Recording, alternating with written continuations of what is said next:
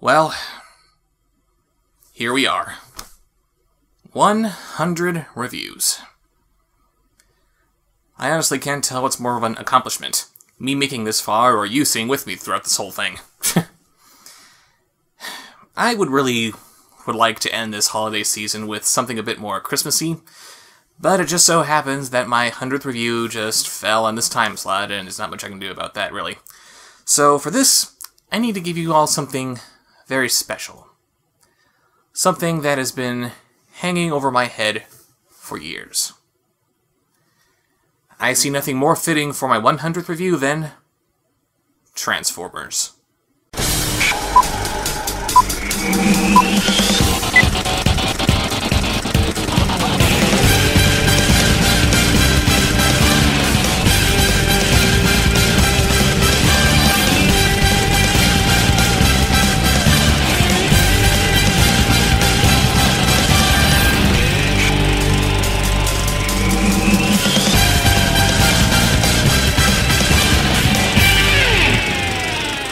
Yes, it's finally time to talk about Michael Bay's 2007 blockbuster, Transformers. The big one. The movie which shall not be named. The unholy grail of cinema. Now, before anyone accuses me of overreacting here, let me make one thing perfectly clear. I really tried to enjoy this movie. Sure, I went into it with some bad expectations ever since the first images of the Transformers themselves were released, but you know what? I also had some really bad expectations for Batman Begins, and look how awesome that turned out to be. Hell, do you want to know how much I tried to like this movie? I even got the 2-disc DVD just in the vain hopes that watching all the little special features and everything might help me gain some kind of a deeper appreciation for it. But it only got worse. So, let's talk about Michael Bay's 2007 film, Transformers. Our movie begins in space! Before time began, there was the cube. We know not where it comes from, only that it holds the power to create worlds and fill them with life. That is how our race was born. Well, actually, your race was born as a line of domestic aids from a superior alien race that eventually rebelled against its masters, or you were born as a race of emissaries that was sent out from the god robot Primus in his attempt to explore the universe. But let's never mind these other two perfectly viable origin stories. No. Let's just make up crap about a magic box that will never be explained or explored upon further in this story. By the way, it should be noted that our narrator here is none other than Peter Cullen, the voice actor who brought the original Optimus Prime to life. Michael Bay was never a fan of the original cartoon, and was repeating ad nauseum that this movie is not supposed to be based on the cartoon. And that would be all fine and good, except that you got Peter Cullen to play Optimus Prime. What's the point in making a casting decision like that if you don't want people to link this to the cartoon? Anyway, Optimus further explains that the cube was shot into space so that the evil Decepticons couldn't get to it, and it eventually makes its way to Earth. We then cut to an undisclosed amount of time later, as we meet a bunch of army guys at a military base in Qatar, which is soon set upon by a helicopter that was believed to have been recently destroyed in an earlier mission. Have your crew step out, or we will kill you.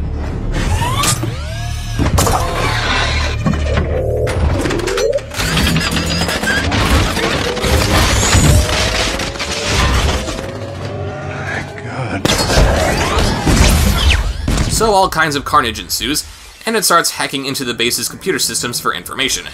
I would like to remind you that the tagline for the Transformers is robots in disguise, i.e. the robots are supposed to be hiding in order to accomplish their goals. The Transformers, regardless of their size and firepower, are no strangers to subtlety. Was this really the best way that they could have gone after whatever information they're looking for? Just seems a little excessive, doesn't it? After the chopper bot gets what it came for and destroys the rest of the base, we then cut to a teen sex comedy where Shia LaBeouf, who I refuse to accept as our main character, is busy hawking his inheritance in what is supposed to be a genealogy report. Makes perfect sense, doesn't it? He has about as much respect for his own history as Michael Bay has for the Transformers' history. Speaking of, what is his character's name? Sam Witwicky. Witwicky! Just a reminder, Spike Witwicky was the name of the kid from the original cartoon. If we're not supposed to view this movie as being based on the cartoon, why the hell is our human protagonist named Witwicky? It turns out his teacher isn't too happy with Sam trying to pawn his great-great-grandfather's stuff, and Sam explains that he's trying to get money to pay for his first car. You look out the window for a second, you see my father? He's the guy in the green car? Okay, I want to tell you about a dream. A boy's dream. And a man's promise to that boy. He looked at me in the eye. He said, son, I'm going to buy you a car, but I want you to bring me $2,000 and 3 A's. Okay? I got the 2,000 and I got 2 A's. Okay? Here's the dream. Your B minus, dream gone. Kaput. Sir, just ask yourself, what would Jesus do? You are absolutely right. Jesus would have sold the Ark of the Covenant just so he could buy himself a pimped-out chariot. And if you already raised the $2,000 that you need, why are you trying to sell this stuff in the first place? So the teacher is somehow convinced that Sam should have a higher grade, and Sam's dad takes him to get his first car. Gentlemen, Bobby Bolivia, like the country, except without the runs. Did you laugh at that? No? Too bad! That's as funny as this movie's gonna get! Let me tell you something, son. A driver don't pick the car. The car pick the driver. It's a mystical bond between man and machine. Sam comes across an old Camaro, which is the Autobot Bumblebee in disguise, but Bernie Mac decides that he's out of Sam's price range. He tries to upsell this old Volkswagen Beetle, and... Interesting piece of trivia, that was supposed to be Michael Bay's tribute to the Beetle, since it was the car that Bumblebee from the cartoon transformed into. Don't let Michael Bay come near your newborn child. He'll give you your congratulations by punching it in the face. Bumblebee lets out a sonic boom that blows out all the other cars' windows, and not the ears of the humans, because Bumblebee was always about sonic booms, right? And Sam gets to buy him.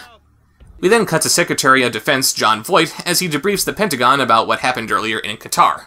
We're not sure exactly what they're after, but we do know that they were cut off during the assault, which would lead us to assume that they're going to try it again. And the only real lead we have so far is this sound. No, your only lead was supposed to be this sound. How do you not point out the most recognizable sound in the entire Transformers universe? We cut back to Sam, who's still trying to sell his grandfather's stuff, not to help pay for his new car, but because he thinks that having money is the only way that he can pick up chicks.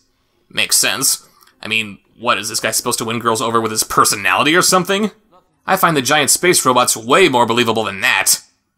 And then we cut back to Qatar, where it turns out that there actually were survivors, because I guess the chopper bot just got bored and left before making sure it killed everyone. The job of picking up where it left off is apparently going to this robot, Scorponok, who is supposed to be based on Scorponok from Beast Wars as opposed to Generation 1 Scorponok. Interesting, seeing as how this guy never transforms and looks nothing like a real scorpion. It overhears them talking about how they have to get back to civilization to tell the Pentagon about what they saw, and then we cut back to Sam. Yeah, never mind the awesome action scene there. Let's go back to Shia the dipshit sticking his nose in places it doesn't belong. Dude, are you sure we're invited to this party? Of course, Miles. It's a lake. Public property. Our hero, ladies and gentlemen. He knows that nobody wants him around, and we're stuck with him anyway. He gets into a little pissing contest with Megan Fox's boyfriend here, who is stronger, better looking, is less annoying, and is well off enough to buy new cars. And instead of feeling insulted herself and telling Sam to get lost, she of course starts falling head over heels for him. Wow, this complete stranger who literally has nothing to offer me is insulting my boyfriend. That is so hot. By the way, what's this character's name? Michaela Baines. Michael Bay literally named the movie's sex interest after himself. I can't tell if that's more narcissistic or just creepy. She walks off because her boyfriend doesn't let her drive his truck, and Sam seizes this opportunity to drive her home and kicks his friend to the curb. Oh, I'm liking you more and more, Sammy. And yes, Sam somehow knows where Michaela lives, despite the two of them never even talking to each other before now. Because everyone loves a stalker. I can't believe that I'm here right now. I don't know, I guess I just have a weakness for hot guys, for tight abs and really big arms. Big arms? Well, there's a couple new additions in the car. Like, I just put in that light there. And that disco ball. So the light reflects off the disco ball. Huh. Yeah. Hey, Sam. She just had a little tiff with a guy who has big arms, and she's feeling a little bit vulnerable right now. Maybe now would be a good time to tell her about how there are other guys out there who might appreciate her more. Maybe a guy who would offer her a ride home when she needs a little help. Just saying. But Bumblebee's had enough of this teen romance crap, and he drives off so he can get on with his mission. Oh, no, I mean he drives them both to make out point and breaks down, so we can waste even more time with them. Bumblebee, status report. Dude, check it out. These two underage kids are gonna do it inside me. Oh, dude, that is awesome. I know! Michaela looks under the astonishingly clean hood to see what's wrong, but then decides to just walk off the movie. Can you blame her? But no one ever told Sam that no means no, and he drives her back home anyway. And no, neither of them question why the car can suddenly work now. You think I'm shallow? Huh? I think you're sure? No. I think there's a lot more than meets the eye with you. Okay. A few more details about Michaela's character will be revealed later down the line, but as far as her being shallow is concerned, no, what we see is what we get. And more than meets the eye with you? Thanks for taking the Transformers' slogan and turning it into an awkward attempt at getting laid movie. We then cut to Air Force One, where this little boombox sneaks aboard to hack some information out of the plane's computer system. Yeah, something like this can just sneak aboard the plane belonging to the President of the United States, and nobody thinks anything about it in this post-9/11 world of ours. One more interesting bit of trivia.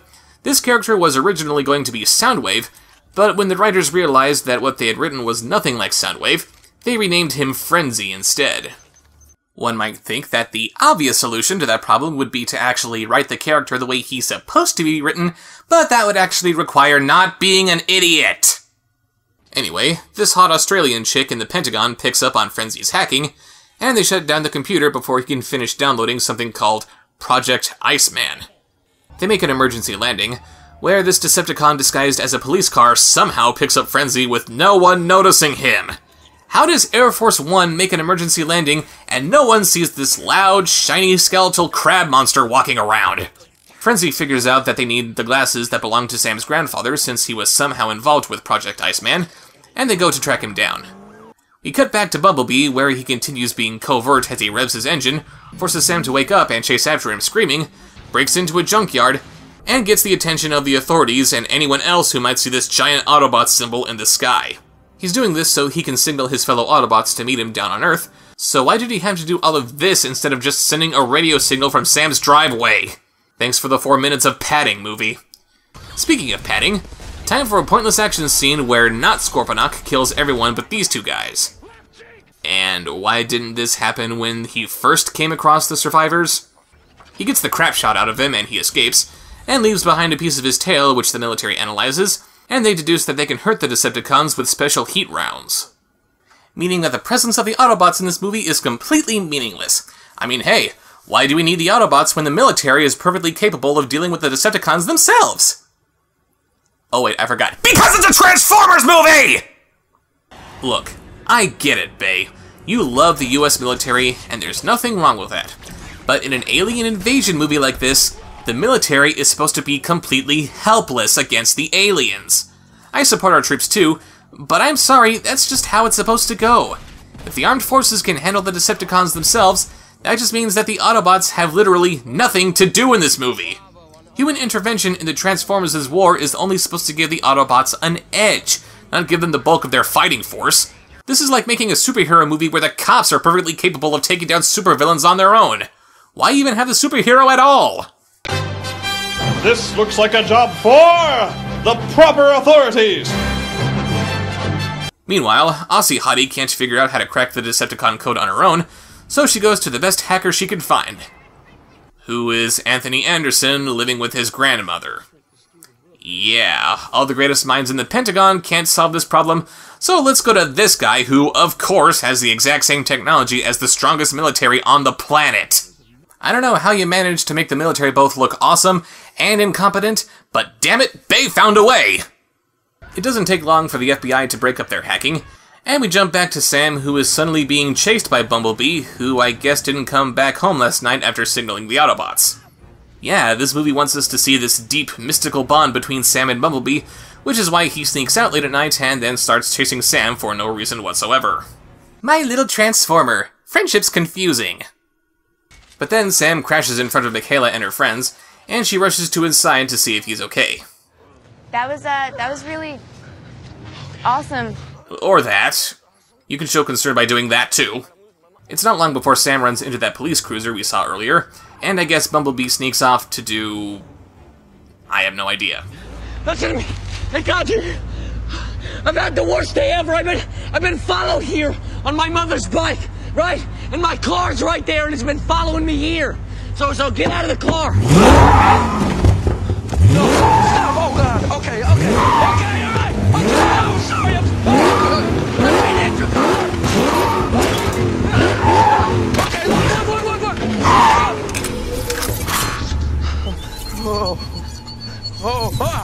And this is something that the movie actually does pretty well. It makes us connect with a cop car by showing us how much he wants to kill Sam. I like it! He transforms and demands that Sam give him the glasses that they're looking for. And why couldn't he just slip Frenzy into his bedroom so that he could steal the glasses? He must have some idea of where he lives if he was able to track Sam to his hometown. And then Bumblebee shows up to save Sam, and Michaela, who just showed up. Yeah, he has to save her too, because Sam thought that tackling her off of her little scooter here was the best way to get her out of harm's way. And yes, Sam suddenly has complete faith and trust in Bumblebee, despite being terrified of him only 2 minutes ago. Consistency! You know I love it! They keep on driving for several hours, or maybe the sun burned out between frames, I don't know. And Bumblebee and the cop car transform and start duking it out. We finally see some robot-on-robot action, and it sucks. They're jumping around with no regards for the laws of physics, the camera's too close and too shaky for us to see what's going on, and the designs of these robots are so bad that you can't tell the difference between a kick and a punch. Not like it matters, since most of the fight happens off-screen. Let's instead focus on Frenzy attacking Sam, and Michaela chops him up with a little jigsaw. Yeah, these robots are powerful enough that automatic weapons can't do anything against them, but a tiny jigsaw? Cancel the invasion! Bumblebee and Sam finally meet face to face, and they have a little talk. Can you talk? XM satellite radio. Digital cable brings you... broadcasting system. So you talk through the radio? Actually, you do. You're wonderful. You're wonderful. So what was that last night? What was that? Message from Starfleet. Throughout the inanimate vastness of space. Down like visitors from heaven, hallelujah! It'll later be revealed that Bumblebee's voice box was actually damaged in an earlier battle, and the Autobots still thought that the best idea was to send him down to gather information. Bumblebee, status report. I'm sorry, but I think we have a bad connection. Do you read me, Bumblebee? Autobots, I'm afraid that Bumblebee may have been destroyed. Bumblebee transforms to car mode again, using a completely different transformation sequence than what we saw before, because that's more realistic somehow. And Frenzy hitches a ride by disguising himself as Michaela's cell phone. Yes, he's still alive despite being decapitated. Remember this for later. After Sam somehow convinces her to sit on his lap, yeah, I am so believing that she would do this, we get some more dialogue from Michaela that shows us how not shallow she is. You know what I don't understand? Why, if he's supposed to be like this super advanced robot, does he transform back into this piece of crap Camaro? Oh yeah! All the questions that arise from the discovery of alien life that can change their shape, and the only thing that comes to your mind is, why does he transform into this piece of crap Camaro? Be impressed, damn it!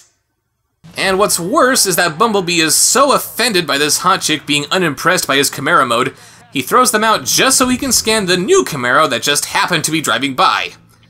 Yes, he can apparently take the form of anything that he wants at any time and replicate any part necessary to do that, but he can't just repair his busted voice box by magically replicating the necessary parts for that. They continue on their way now that the not-shallow Michaela has something new and shiny to dangle in front of her face, and finally at the 1 hour mark, do we see the rest of the Autobots come to Earth. Yeah, some people would like you to think that this movie is just about robots hitting each other, right? Kinda hard for that argument to hold any water when all we've seen is one robot fight so far. If that's all that this movie is supposed to be about, then by that logic, Gladiformers is more of a legitimate Transformers movie than this. You may also notice that the Autobots are coming to Earth in these weird little meteor modes, instead of a large spaceship like you typically see in Transformer cartoons. This is because Michael Bay could not imagine why these creatures who can take whatever shape they want would need a spaceship. There is, however, one fundamental flaw with that line of thinking. Let's pretend that you're wanting to make a journey from Los Angeles to New York. You have two options. One is to go there on foot. The other is to take an RV with clean clothes, soap, food, and whatever supplies you need. Which one are you going to take? If you said that you're going to get there on foot, congratulations! You're so stupid that you're going to feel right at home with this movie! Something else to consider, the Autobots coming to Earth separately only gives them a chance to spread out and cause more collateral damage than is necessary. And why do these advanced aliens have to crash to Earth in the first place? Hell, maybe that's why their planet is overcome by death. Their aviation system is genocidal. Control tower to Seeker 84, you are clear for landing, and you just crash into a hospital. Good! So the Autobots all scan the hottest cars that they can find, because hiding in something new and eye-catching is the only way to hide, and they all converge on Bumblebee's location. And look at Sam's reaction after Optimus slowly and implausibly transforms. This 30-foot monster is coming down to his level, and he leans in so he's within inches of his face. Because this is something that you feel really comfortable around! Optimus Prime introduces himself and his fellow Autobots, and they waste no time making us hate them. My first lieutenant. Designation Jazz. What's cracking, little bitches? I'm the black guy. I have to call everyone bitches even though that word means nothing to me. My weapons specialist, Ironhide. You feeling lucky, punk? Easy, Ironhide. Just kidding. I just wanted to show him my cannons. I like shooting things. I want to shoot things. Can I please shoot things? I want to shoot things. Our medical officer, Ratchet. The boy's pheromone levels suggest he wants to mate with the female.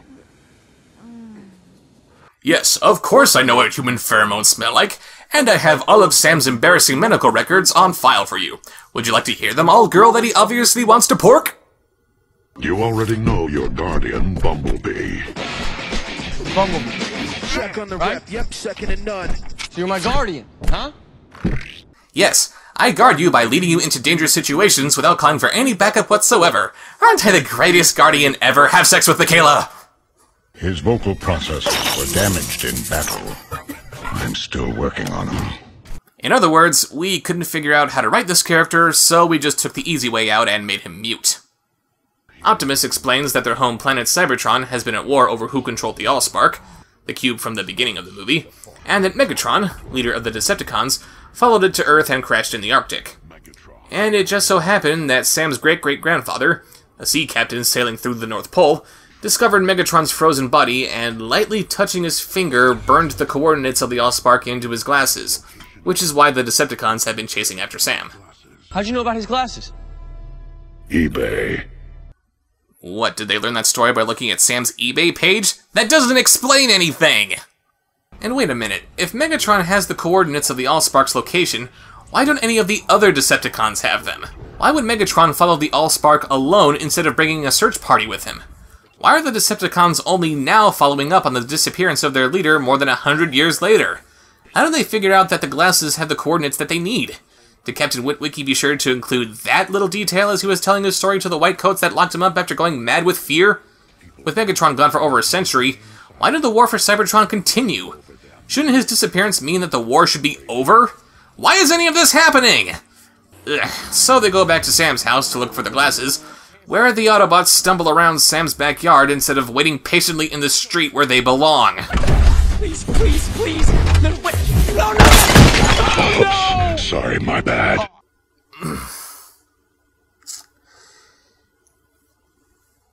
You may remember that I said once that Maleficent was the first movie that I ever walked out of. Had I my own car at the time when I was watching this movie with my friends back in summer of 2007 when it first hit theaters, this would be the scene that would make this movie the first one I ever walked out of. And all this jackassery goes on for 7 minutes straight. That may not seem like a long time, but seeing the Autobots reduced to this level of idiocy while Sam jabbers away like a spider monkey on meth is just painful. Oh, but it gets better! Sam's parents go up to see if he's alright after the power goes out. Thank you very much, Ratchet. And they think that Sam might be hiding something.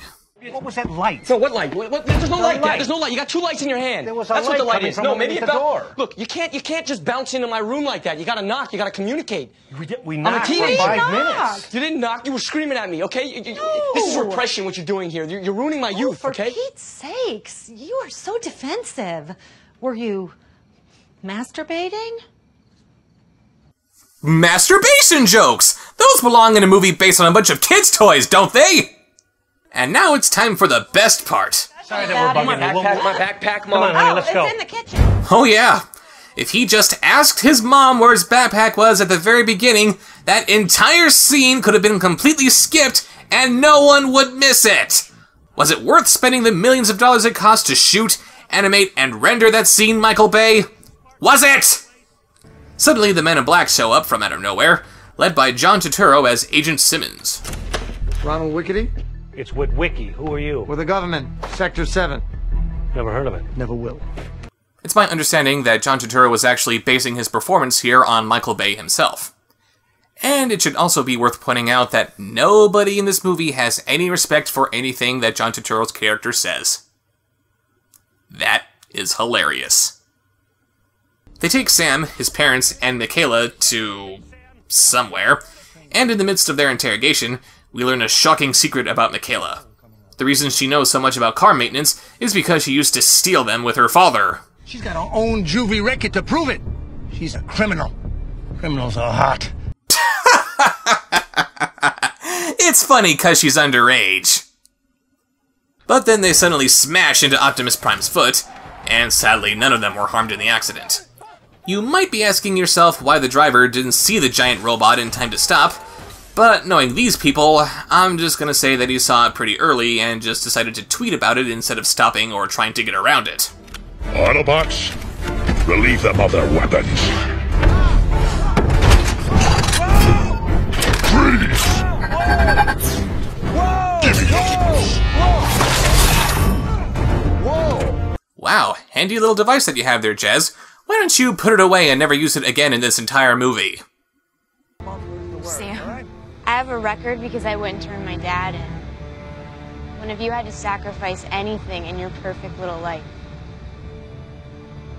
Oh, isn't that adorable? She's trying to act. Yeah, sorry, but are we supposed to be under the impression that her rap sheet is somehow straining their perfect relationship? I'd have thought that them sharing the same class since the first grade and her not even knowing his name would be a bigger blow to his chances of boning her than this. The kids start to question Simmons about Sector 7, and then...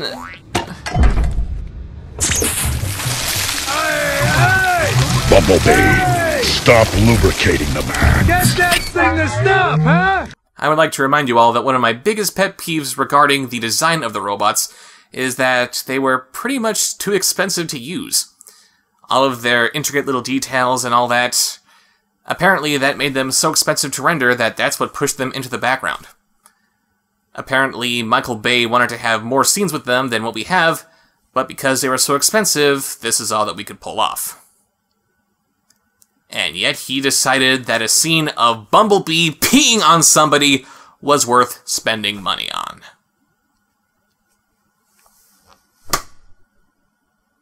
They cuff up all the agents, after telling Simmons to strip down to his underwear because the robot pissing scene was so hilarious, and they transform and roll out when even more agents arrive on the scene. Oh, wait, I mean Bumblebee, Jazz, Ironhide, and Ratchet transform, while Optimus just runs around in robot mode while stomping all over the city. I guess he just forgot that he can turn into a semi-truck, which would be a lot easier to carry the kids in and stay hidden. But oh no! They've captured Bumblebee! Yeah, the movie wants this to be a really sad, heart-wrenching scene, but because the movie never even tried to make us care about him as a character, All they can do now is make Bumblebee sound like a dying whale.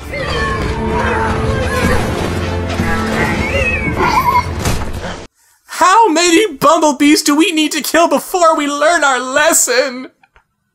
And what are the Autobots doing while Bumblebee is getting captured? Jack and shit. And Jack left town.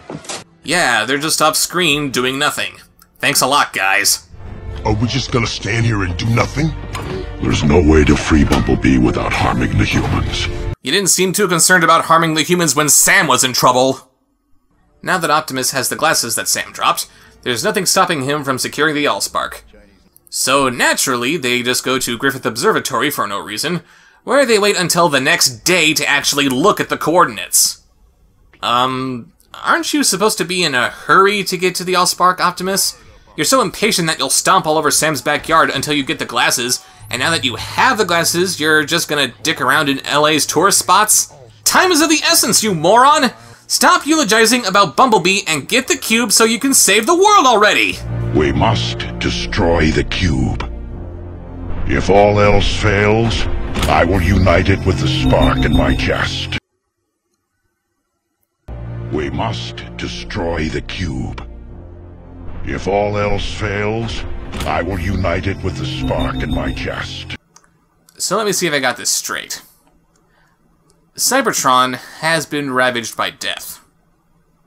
The Allspark can restore life to Cybertron. Megatron wants to use the Allspark so that he can build himself a new army with which he can conquer the galaxy, while Optimus wants to use the Allspark to repopulate his planet. And the only solution he can think of to keeping it out of Megatron's hands is to kill himself, which will in turn destroy the Allspark. You know, ever since the very beginning of Transformers fiction, one interesting dynamic is that no matter what, the good guys always wanted the same thing as the bad guys. In Generation 1, the Decepticons wanted Energon. The Autobots wanted Energon too. The dilemma is, how do the Autobots get what they want while not stooping down to the Decepticons' means and hurting the planet that they're trying to get the Energon from? In Beast Machines, the Maximals want to restore peace and order to Cybertron, but so does Megatron, albeit through more extreme means. How do the Maximals achieve this peace and harmony without coming down to Megatron's level and doing what he was doing? It's a weird thing. In every single Transformers story, it's always been about the good faction trying to get exactly what the bad faction wants, but not doing what they do in order to get it. In this movie, the Autobots are supposed to want the Allspark with the same amount of desperation that the Decepticons do, and the only thing that they can think of is to destroy it in order to stop Megatron from getting it? Why are you even thinking about that instead of coming up with some other possibility for how you can stop Megatron from getting it? That's suicide. The cube is raw power. It could destroy you both. A necessary sacrifice to bring peace to this planet. Or you could simply take the cube and get it off this planet. That's an option. Anyway, they take Sam to, I don't know, the Pentagon? Instead of taking them to Sector 7 HQ, they brought Sam and Michaela to wherever John Voight, Aussie Hottie, and her hacker friend were, only so that they could all get into the same helicopter and then bring them to Sector 7 HQ. So, what did they get you for? I bought a car. Turned out to be an alien robot. Who knew?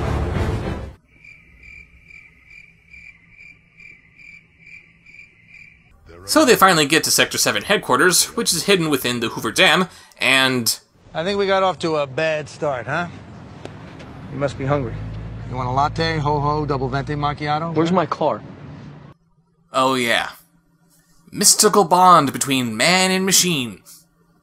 He could have easily said, "Where's Bumblebee?" or "Where's my friend?" But no.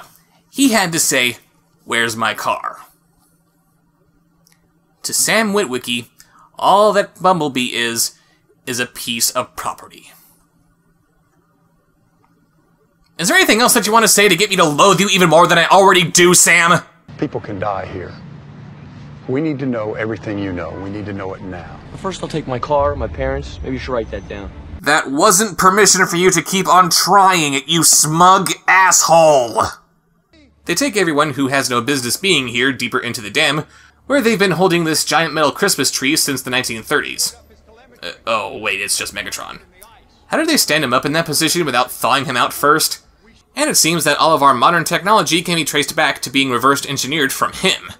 Microchips, spaceflight, lasers, cars, all of it can be traced back to Megatron. Except for the fact that all of these various technologies actually have their roots in more primitive tech that came before he was discovered in the 1930s. I'm just saying, if you absolutely have to retcon human history like this, the least you could do is do some Googling so that you don't look like a bunch of damn idiots. Sam tells them that Megatron came here looking for the Allspark, and he somehow deduces that it must be here. This kid can't even get decent marks in his classes, but he can figure out what the most secretive government agency in the world has in its basement? Sorry, movie, not buying it. But it turns out that they do have the Allspark, of course they do, and the dam was built around it specifically as a means of hiding its energy signature from whoever might come looking for it. Frenzy sneaks out of Michaela's bag, and after the Allspark magically restores his entire body, Frenzy radios the location of the Allspark to the other Decepticons. Yeah, a dam made up of concrete 4 football fields thick can hide the Allspark's energy signature, but a simple radio frequency? That can get through just fine. Because science. And speaking of science, get a load of this. They demonstrate what the Allspark is capable of by taking one of their cell phones and focusing the cube's energy on it, which turns it into this little monstrosity. Mean little sucker, huh? That thing is freaky! Kinda like the itty-bitty Energizer bunny from hell, huh?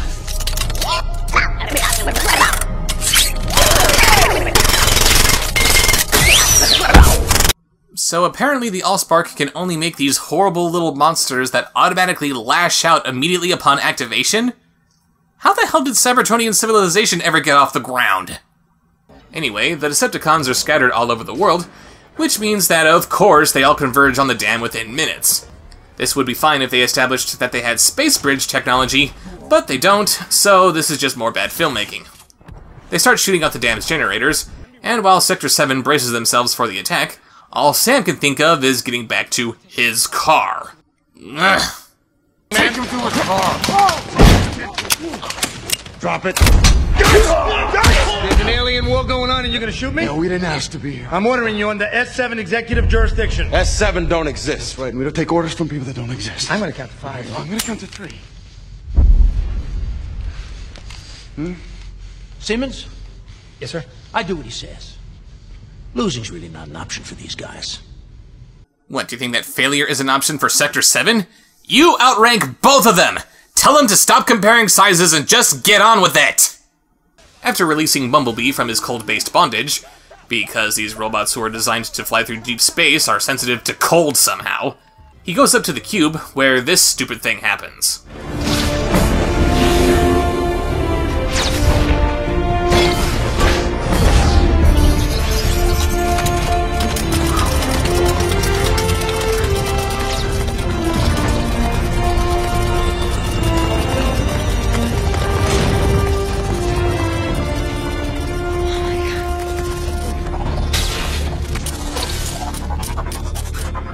Message from Starfleet, Captain. Michael Bay said that he didn't want any of the Transformers to shrink in this movie because that wouldn't be realistic somehow. But the cube shrinking down? That's just fine. But you know what? If the script demands that the cube has to be this size so it's more easily transportable, why not just have it always be that size ever since the beginning? I mean, wouldn't it be a really interesting twist to open up the movie on seeing this big cube floating through space, and then when we finally see it close up, it's just this tiny little thing? I'm just saying, if you're going to make a movie about the Transformers, you might want to play up the whole theme of things being more than meets the eye, right? Just saying. They decide to take the cube and hide it in the nearby city. Yes. hiding the cube in a city full of civilians really is their plan. And Megatron is finally freed from his suspended animation. But instead of chasing after the cube, he just flies out and meets up with his patsy, Starscream. I live to serve you, Lord Megatron. Where is the cube? The humans have taken it.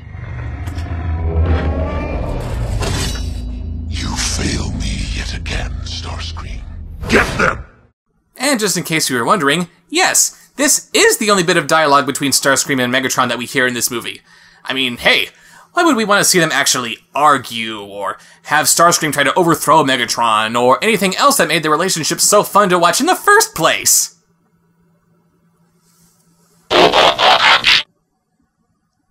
By the way, that's Hugo Weaving voicing Megatron here. And yeah, he does a good enough job with the 3 or 4 lines of dialogue he has in this movie. But I'm sorry, when you get Peter Cullen to play Optimus Prime, you have to get Frank Welker to play Megatron like he did in the cartoon. They say that Welker's voice doesn't fit this new Megatron's look. First of all, maybe you shouldn't have made Megatron look like a pineapple's anus. And secondly, he would eventually pull off the new Megatron in Transformers Prime just fine. So once again, you have no idea what you're talking about, Bay. So they drive the cube into the middle of the city, where they have to wait for the Air Force to pick up the cube from them. And they can't do that in some empty patch of the Arizona desert because... why? And they need Sam to get it up to the top of this old building to make the drop. The next 20 minutes or so is this big battle scene where, of course, lots of people get killed, the soldiers do more damage to the Decepticons than the Autobots, Jazz gets torn in half and dies, and somehow Frenzy can be decapitated and still survive, that makes sense. And the Allspark even brings a couple of machines to life. They're all evil too, but they disappear off screen, so who the hell cares? Oh yeah, and while the cube can rebuild Frenzy's body from the ground up, apparently it can't fix Bumblebee's voice box or his recently mangled legs. Blah blah blah, pew pew, spilly boom, ba-da ba-da ba-dow.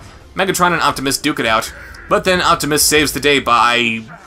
doing absolutely nothing while Sam puts the cube into Megatron's chest.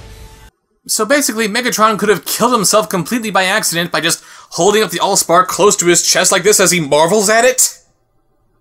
And by the way, I still call bullcrap on this whole Allspark killing Transformers thing. They say that the cube is raw power, sure, but if it can turn a cell phone into a robot, why wouldn't it turn a robot into some kind of super awesome Mega God robot or something?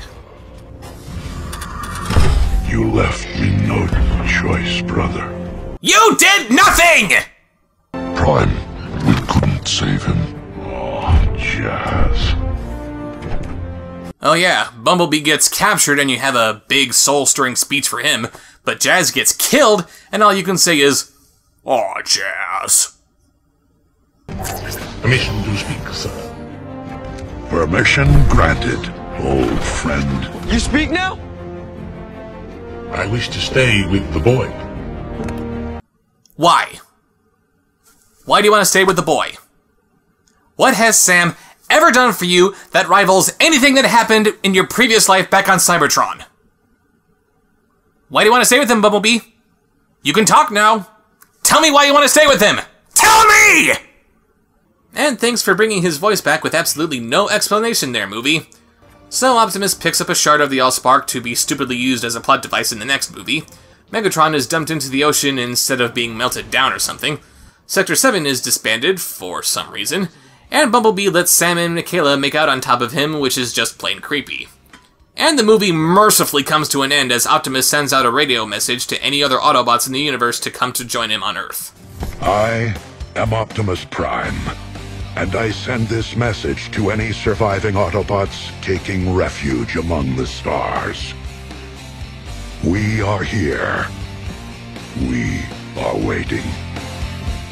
And so that was Transformers. And I can honestly say that it is the worst movie I have ever seen in my entire life.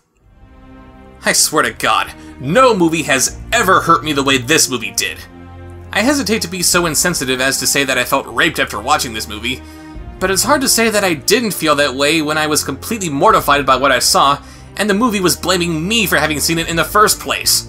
The story is full of holes, the actors are awful, the attempts at humor are pitiful, it pisses all over the Transformers mythology, The Transformers themselves are all one-dimensional dicks who have no idea what they're trying to do.